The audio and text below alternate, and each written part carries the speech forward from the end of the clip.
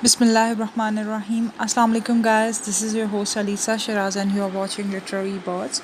So guys, as you know that nowadays I'm uploading lectures regarding the Rime of Ancient Mariner by Samuel Taylor Coleridge, and today I'm going to discuss part 3. So let's start. There passed a weary time, each throat was parched and glazed each eye. A weary time, how glazed each weary eye.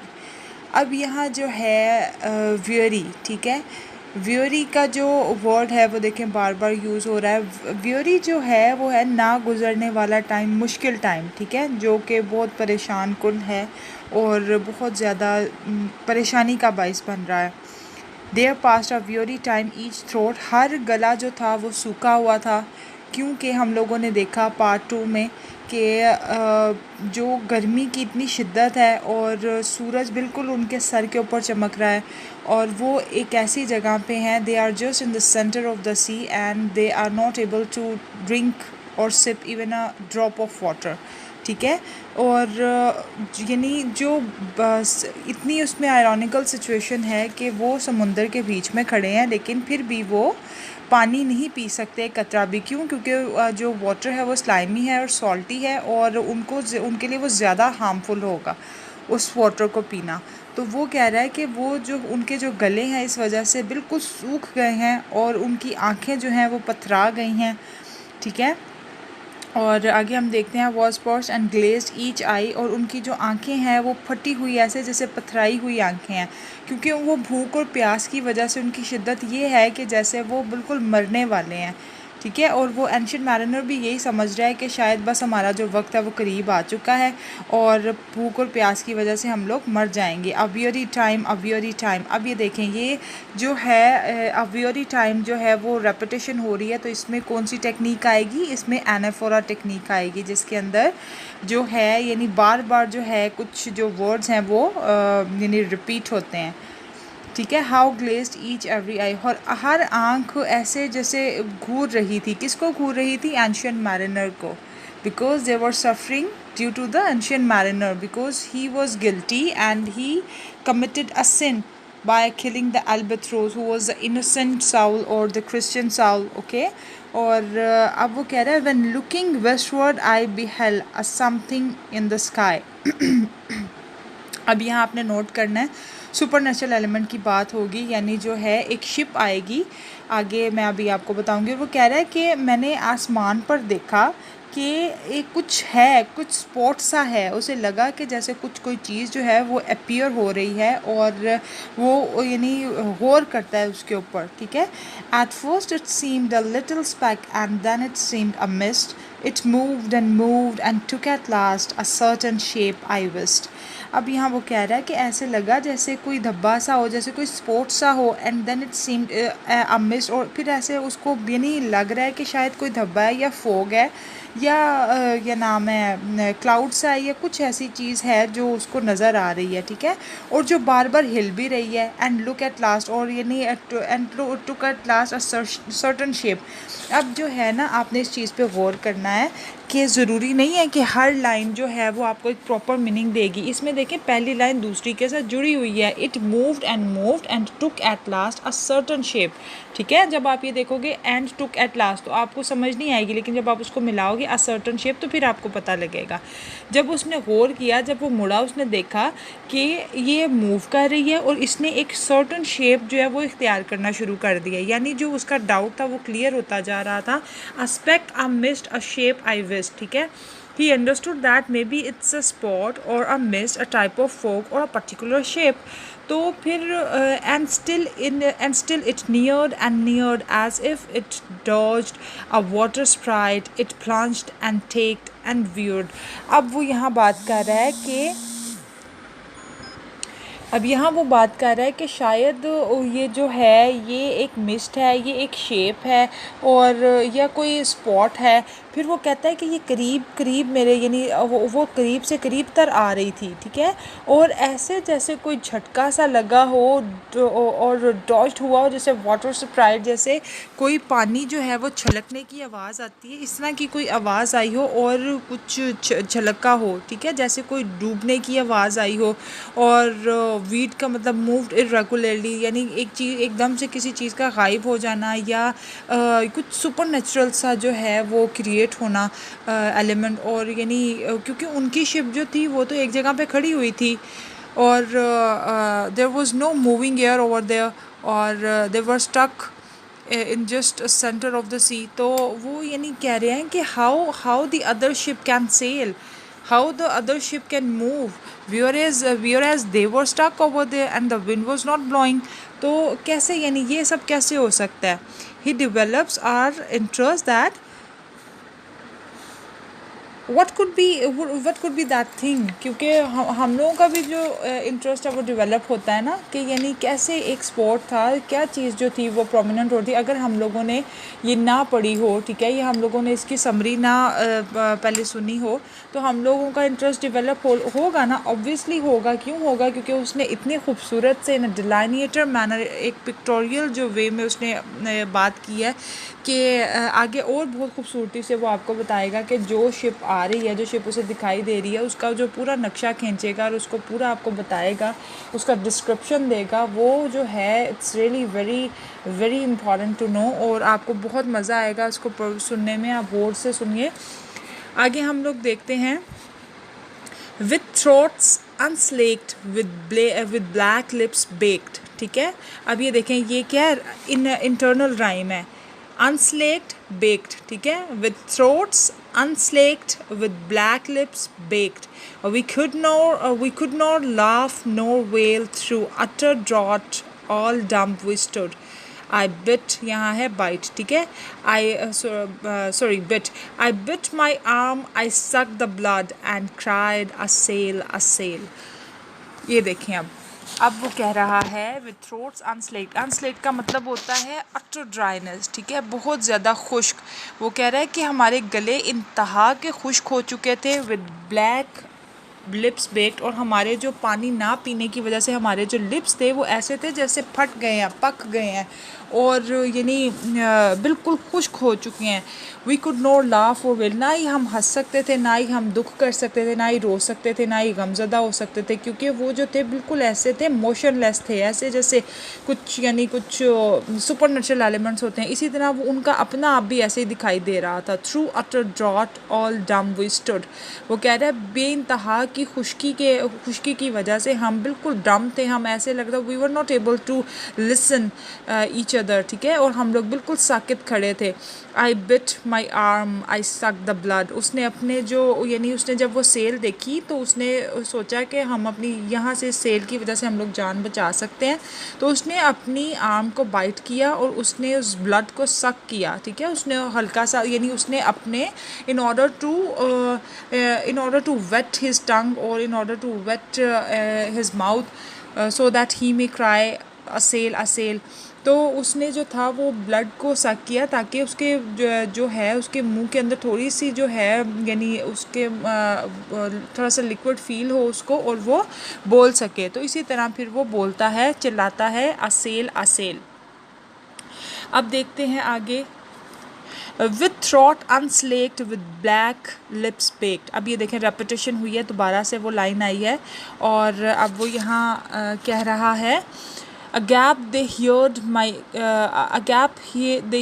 me call, gramercy they for Job did grin, and all at once there breathed you in as they were drinking all। कितनी खूबसूरती से वो बात कर रहा है, कह रहा है कि जो गले थे वो बिल्कुल ऐसे खुश्क हो चुके थे बहुत ही ज़्यादा ना पानी पीने की वजह से, और जो हमारे लिप्स थे वो बिल्कुल बेक हो चुके थे, फट चुके थे, और ड्राइनेस की वजह से ये दोबारा से लाइन जो आई है। और वो जो थे यानी उन्होंने उसकी आवाज़ सुनी, जो बाकी क्रू मेंबर्स थे उन्होंने भी उसकी आवाज़ सुनी और उन्होंने शुक्र अदा किया। अगर जिस तरह हम लोग अल्लाह कहते हैं हैं इसी तरह शुक्र अदा करने के लिए ग्रामर्सी उन्होंने बोला। दे फॉर जॉय डिड ग्रिन, और अब वो यानी उनके जो थी मुस्कुराहट सी आ गई चेहरों के ऊपर, और वो खूबसूरत यानी खुशी से बिल्कुल यानी खुश हो गए जैसे।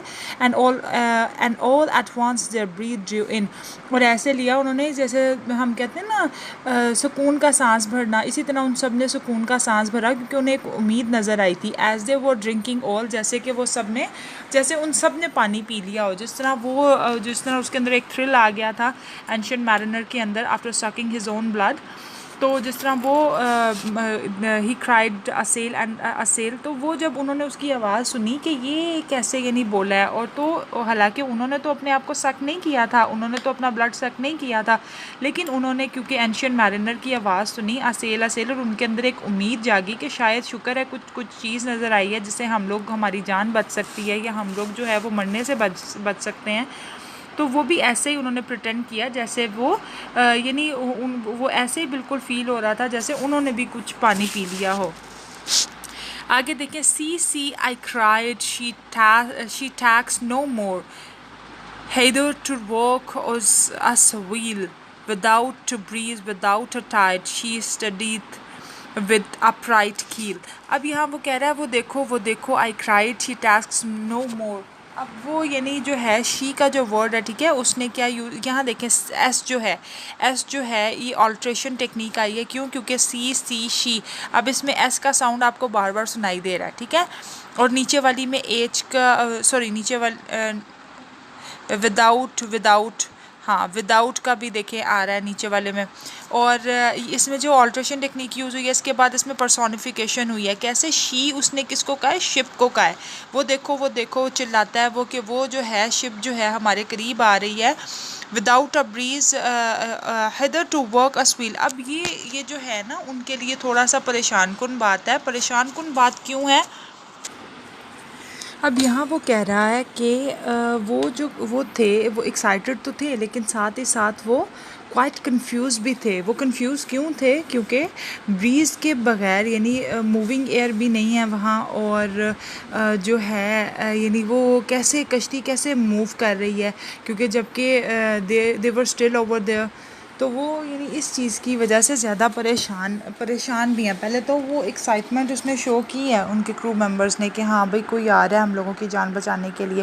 When they realize that something is going to be happen यानी something is going to be happen unnatural और सुपर नेचुरल, तो they became confused. Why? Because they were stuck over there. They were not able to move at all. Or how whereas they were stuck over there and the ship was coming towards them. How it was possible?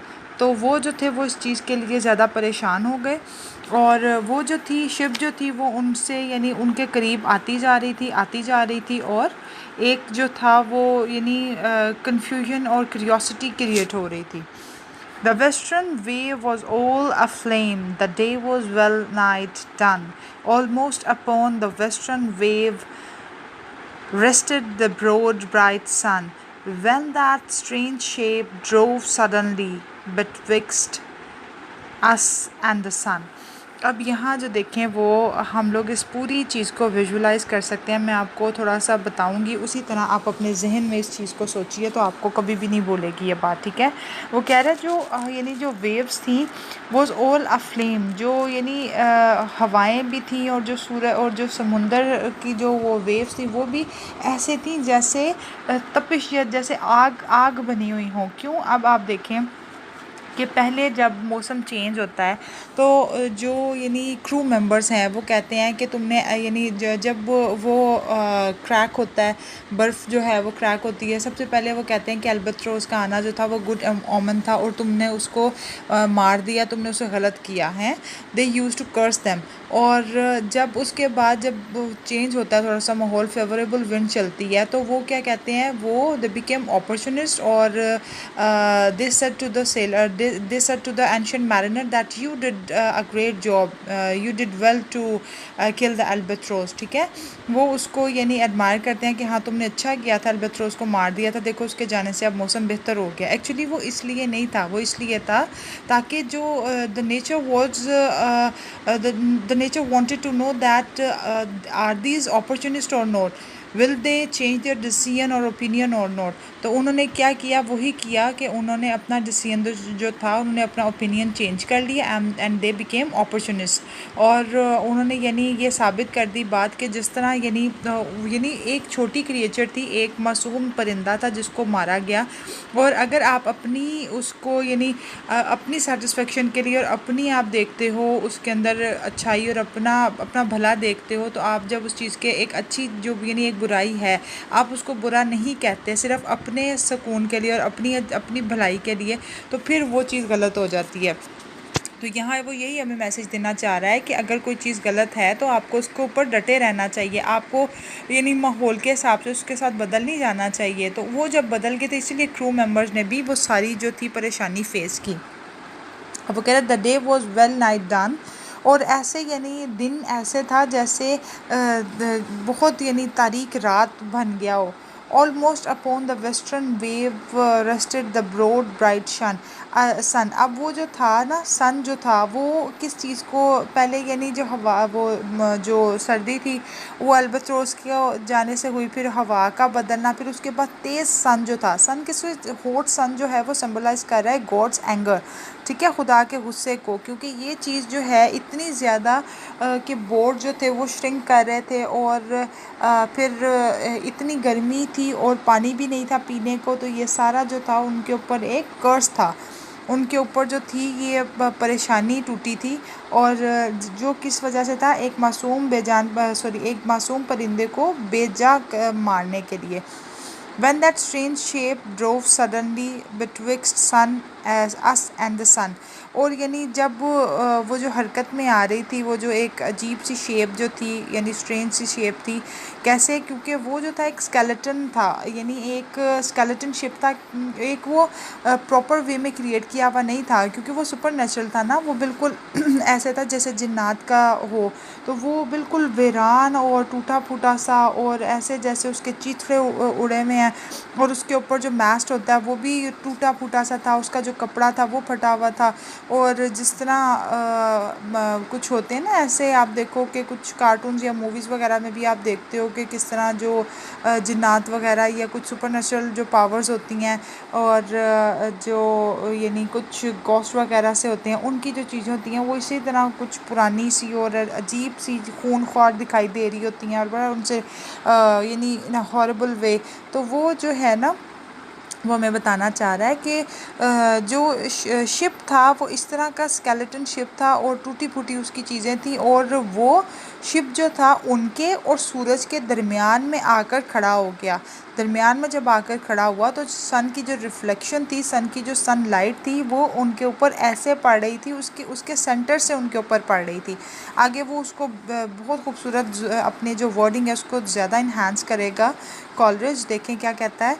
And straight the sun was flecked with bars, heaven's mother sent us grace, as if through a dungeon grate he peered with broad and burning face। अब यहाँ वो कह रहा है कि जो यानी सन था उसकी जो लाइट थी उस स्केलेटन शिप के जो थे मैस से, और टूटी फूटी जो उसकी यानी लकड़ियाँ थी उनके अंदर से उनके ऊपर पड़ रही थी, और ऐसे जो था ना जैसे बार्स जो थी, यानी उनकी जो झलक पड़ रही थी वो बिल्कुल बार्स की तरह थी।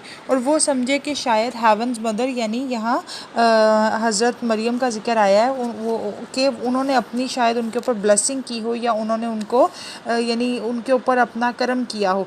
As if through a dungeon grate he peered, और उन्होंने देखा ऐसे लग रहा था कि जैसे ये कोई तह खाना है या कैद खाना है। ठीक है, यानी जो उनका उनका जो उन्हें शिप दिखाई दे रहा था, जो एक स्केलेटन शिप था और एक जो यानी अजीब सा शिप उन्हें दिखाई दे रहा था with broad and burning face, और बहुत यानी ब्रॉड सा था और ऐसे जैसे कोई जला हुआ हो, यानी वो उसको सुपर नेचुरल एलिमेंट पोर्ट्रे कर रहा है ना, तो उसमें जितने भी यानी खौफजदा चीज़ें हैं वो उसके अंदर उसने डालने की कोशिश की है। फिर आगे हम देखते हैं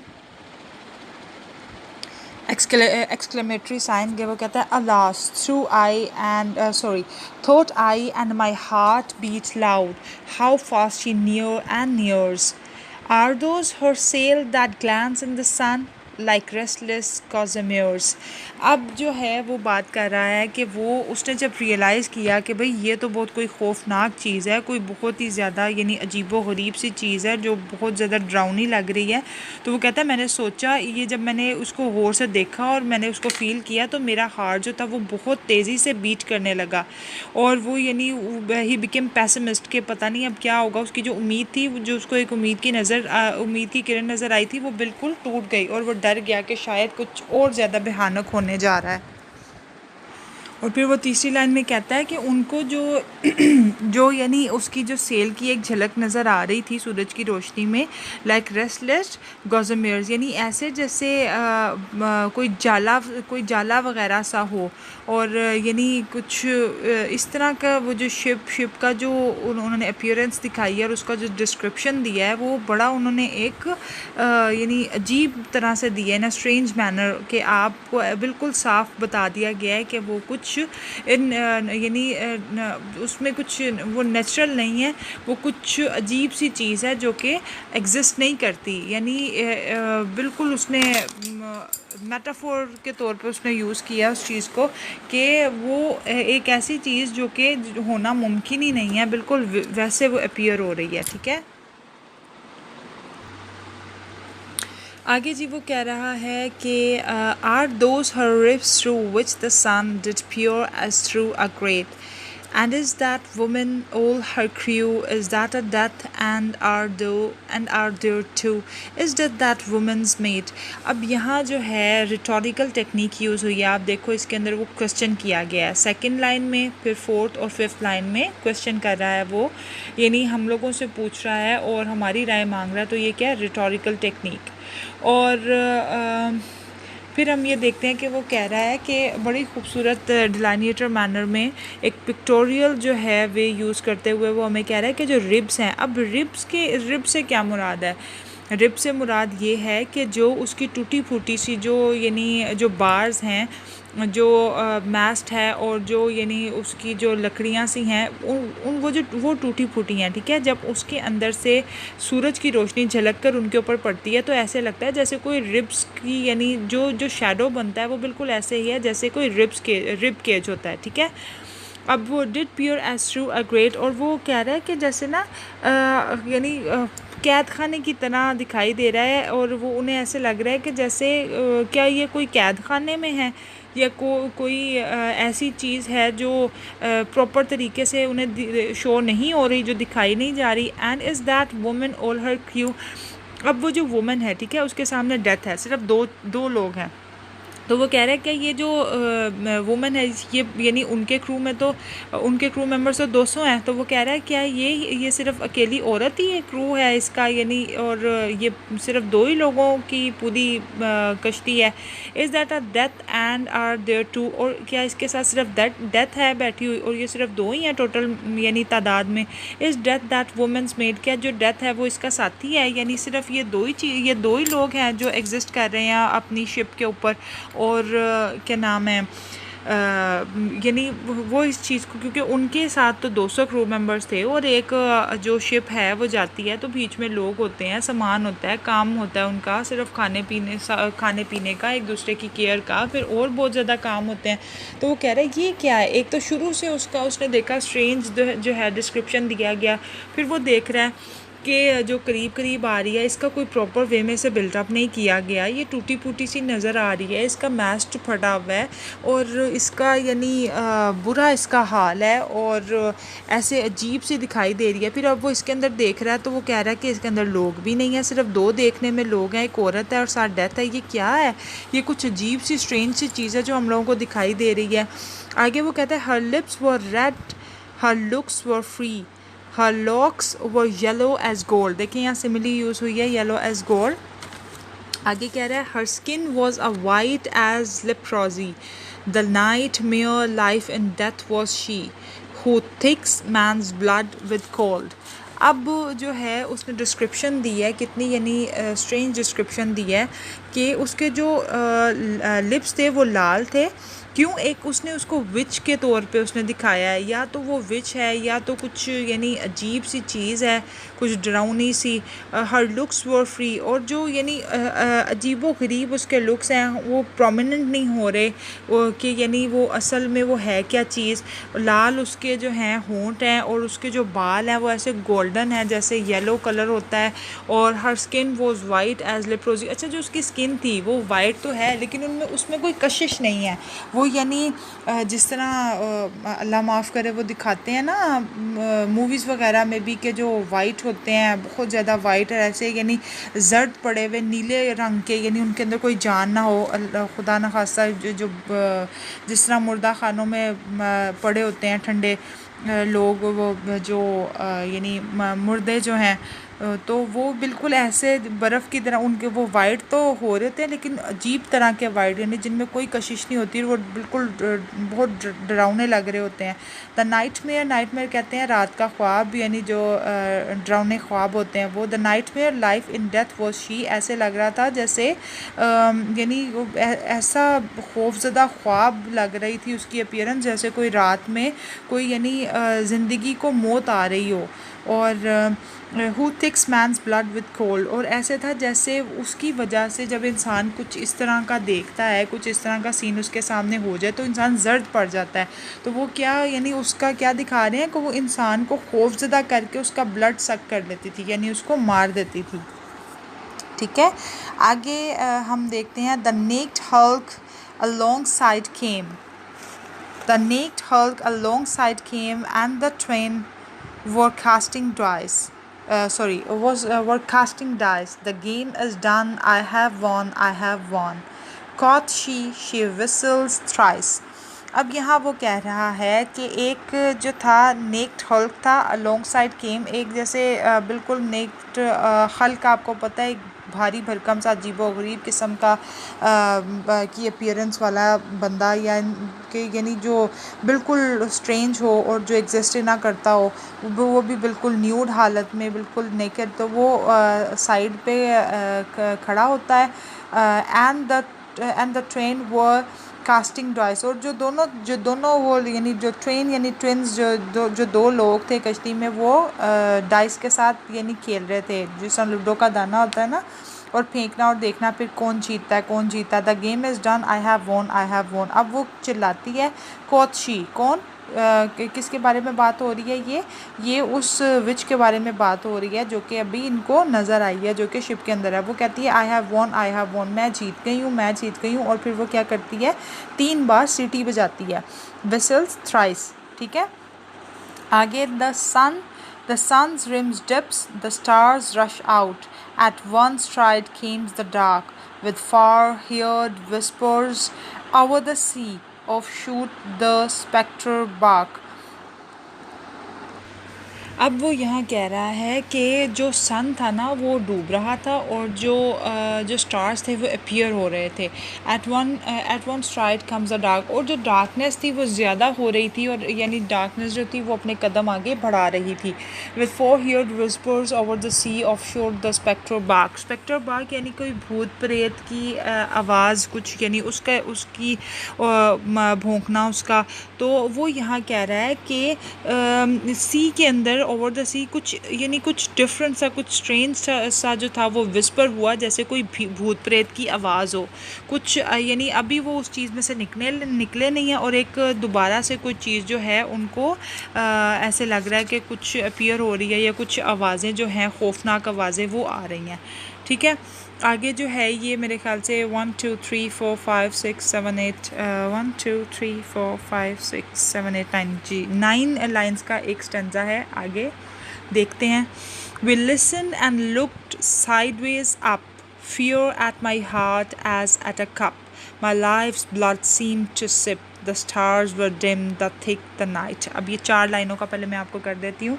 We listened and looked upside sideway up. उन्होंने गौर से सुना कि यानी ये किस चीज़ की, ये क्या विस्पर कर रहा है, या क्या ये जो स्पेक्टर जो है, यानी जो स्पेक्टर बाग है, ये कहाँ से आ रहा है, और ये यानी कहाँ से ये आवाज़ आ रही है।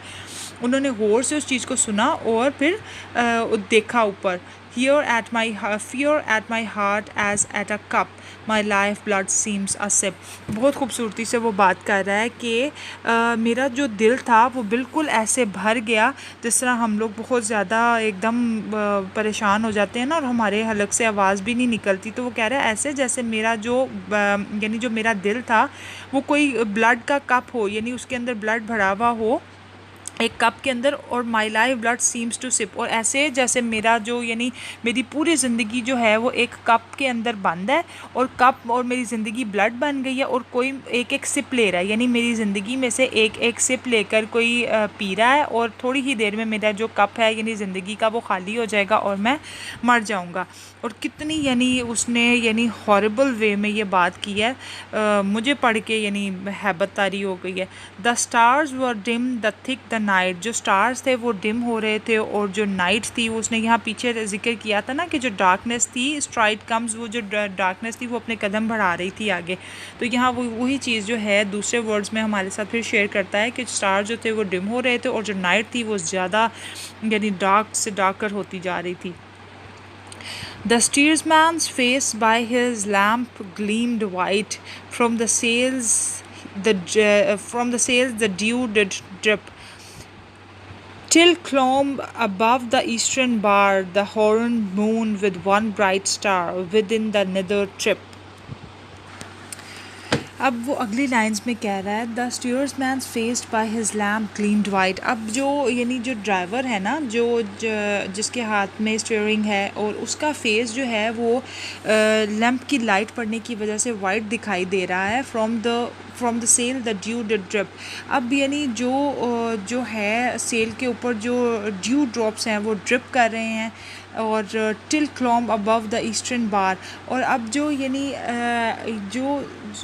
जो बार्स है ना वो ऐसे लग रहा है जैसे ऊपर की तरफ आती दिखाई दे रही हैं, यानी कुछ जिस तरह कुछ चढ़ता है ना ऊपर की तरफ, यानी बहुत ज़्यादा कोई करीब आ जाए तो आपको ऐसा लगता है जैसे आपके ऊपर ही चढ़ने लगा है, इस तरह।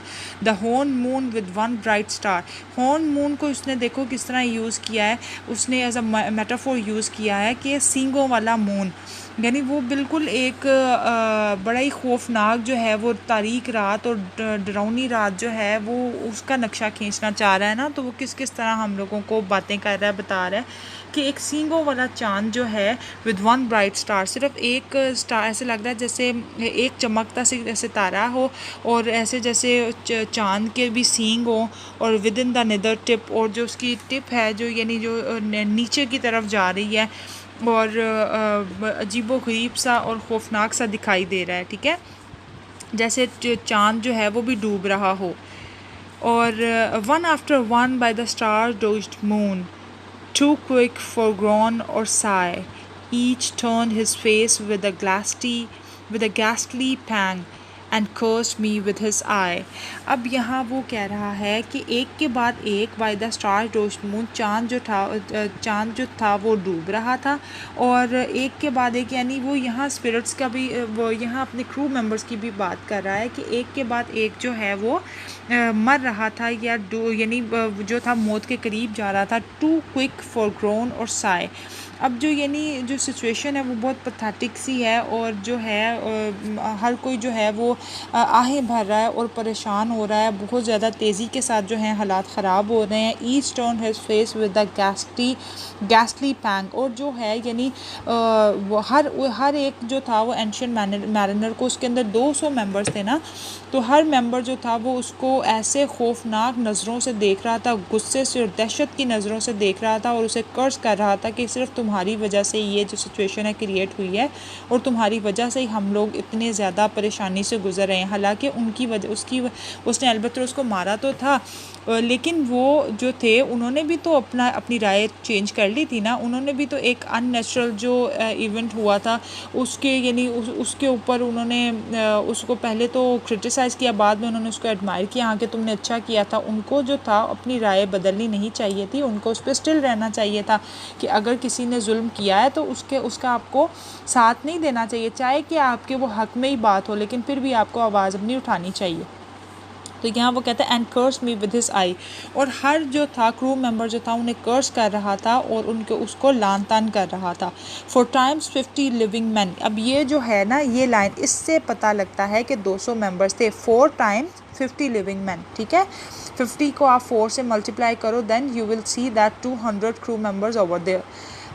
तो 200 crew members were over there, और वो जो थे वो आहिस्ता आहिस्ता जो हैं वो मौत के घाट उतर रहे हैं। And I hear, Aahista Aahista, एकदम नहीं, भूख से और प्यास से। And I hear NOR Sai NOR grown, उन्होंने ना ही कोई आह की आवाज़ सुनी, ना सॉरी एंशियंट मैरिनर की बात हो रही है, ना ही आई का लफ्ज़ आया ना, ना ही उसने कोई मातम की आवाज़ सुनी, ना ही कोई उसने आह की आवाज़ सुनी। यानी बिल्कुल खामोशी से वो बेचारे मरते जा रहे थे। क्यों? क्योंकि उनके गले खुश्क थे, उनके पास खाने को कुछ नहीं था, वो बेचारे बोल भी नहीं सकते थे, खामोशी से वो मौत के घाट उतर रहे थे। With heavy thumb a lifeless lump, lump का मतलब होता है ये जो यानी हमारी स्किन के अंदर कुछ मांस इकट्ठा हो जाता है ना, तो वो फिर आगे से वो कुछ कैंसरस डिजीज़ बनती हैं। तो वो कह रहा है लाइफलेस लंप। यहाँ लाइफलेस लंप से मुराद है कि यानी उनका जो मांस था, जो उनकी स्किन थी, वो बिल्कुल लाइफलेस थी, उनके अंदर कोई ज़िंदगी नहीं थी, ठीक है। और वो यानी एक वज़नी चीज़ की तरह जो थे वो ऐसे, क्योंकि वो लाइफलेस थे, वो अब जो थी वो बिल्कुल लाशें सी थी और कोई यानी उनके अंदर मूवमेंट नहीं थी और बिल्कुल वो एक ही जगह पे थे, ना वो कुछ बात कर सकते थे, ना वो अपनी बात किसी को सुना सकते थे। तो उसने वही ये चीज़ जो है बड़ी खूबसूरती से कॉलरिज ने हमें बताई है कि वो यानी उनकी जो आँखें थी वो उन्हीं से सिर्फ कर्ज कर रहे थे, उन्हीं आँखों से घूर रहे थे और क्या नाम है एंशियंट मैरिनर को क्रिटिसाइज़ कर रहे थे कि उसकी वजह से सिर्फ ये सिचुएशन जो है वो क्रिएट हुई है। They drop down one by one, यानी एक एक करते हुए वो मरते चले गए। द साउल डिड फ्रॉम, ये हम लोगों का एंड होने लगा है।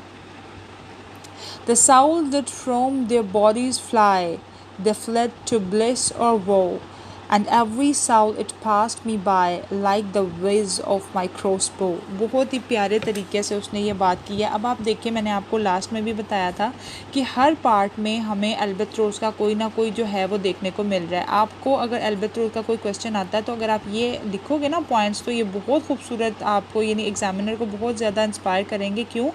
क्योंकि इससे पता लगेगा कि आपने पूरी एंशियंट मैरिनर को थॉरली बहुत समझ के पढ़ा है। पहले हमने देखा, पहले पार्ट में उसने अल्बत्रोस को मारा, दूसरे पार्ट में हमने देखा कि उसने अल्बत्रोस को उसके गले में डाल दिया गया। तीसरा पार्ट देखिए कैसे एंड हो रहा है, फिर से दोबारा अल्बत्रोस की तरफ इशारा जा रहा है, ठीक है। अब वो कह रहा है the soul did from their bodies fly, उनकी यानी जो थी रूहें उनके जिस्म से परवाज़ कर रही थी, क्योंकि स्पिरिट्स उनकी जो थी वो निकल रही थी। दे फ्लेड टू ब्लिस और वो, और यानी वो जो थे उनकी जो रूहें थी उनके अंदर से निकल रही थी गम से, परेशानी से। और and every soul it pass me by, और हर जो स्पिरिट थी उसके पास से होके गुजर रही थी। यानी बिल्कुल उसको, यानी आप इसको विजुलाइज करो कि एक इंसान है और 7 मुर्दा लोग हैं जो उसकी वजह से बेचारे मरे हैं, और वो जो हैं उसके पास से तेज़ी से गुजर जाती हैं। Like the whizz of my crossbow, जिस तरह विज जो है ना, ऑनोमेटोपिया उसने यहाँ टेक्निक यूज़ की है, यानी उसने साउंड यूज़ किया है, ठीक है। उसने साउंड कैसे यूज़ किया, क्रॉसबो जब उसने अपने तीर कमान से उसे मारा था, ज़ोर से खींच के जब आप यानी तीर कमान मारते हो तो उसकी आवाज़ एक विज़ करके आवाज़ आती है, ठीक है। तो उसने कहा है बिल्कुल वैसे ही वो रूहें मेरे पास से तेज़ी से विज़ करके गुजर रही थी जैसे मेरे क्रॉसबो की आवाज़, यानी मेरे क्रॉसबो जो था वो निकला था, उसको यानी उसको अल्बत्रोस को मारने के लिए जैसी आवाज़ आई थी विज़ करके, इसी तरह वो स्पिरिट्स मेरे पास से विज़ करके गुजर रही हैं। असल में उसने ये वर्ड क्यों यूज़ किया है, सिर्फ उसने इस वजह से ये वर्ड यूज़ किया है ताकि वो गिल्टी फील करवा सकें, वो जो स्पिरिट्स हैं वो गिल्टी फील करवा सकें और उसको ये याद दिला सकें कि वो ये भूले ना कि उसने वो जो सिन था वो कमिट किया था और अल्बत्रोस को नाहक मारा था, जिसकी वजह से ये सारी जो है सिचुएशन जो है वो क्रिएट हुई है और ये इतना ज़्यादा जो पथेटिक जो मूवमेंट है वो यानी आया है और ये सारी परेशानियां हमने जो फेस की हैं ये सिर्फ उसी गलती की वजह से की हैं। ठीक है गाइस, अब हम लोग नेक्स्ट वीडियो में इंशाल्लाह पार्ट 4 करेंगे and gradually we will cover all parts इंशाल्लाह। और thank you for watching once again. आप इसको दोबारा भी अच्छे से पढ़ना और कुछ और पॉइंट्स अगर आपको इसके अंदर नज़र आते हैं मिलते हैं तो you can also share with me in the in the comment section. Thank you so much guys once again. Please don't forget to like, share and subscribe my channel in order to get more interesting videos. Thank you once again.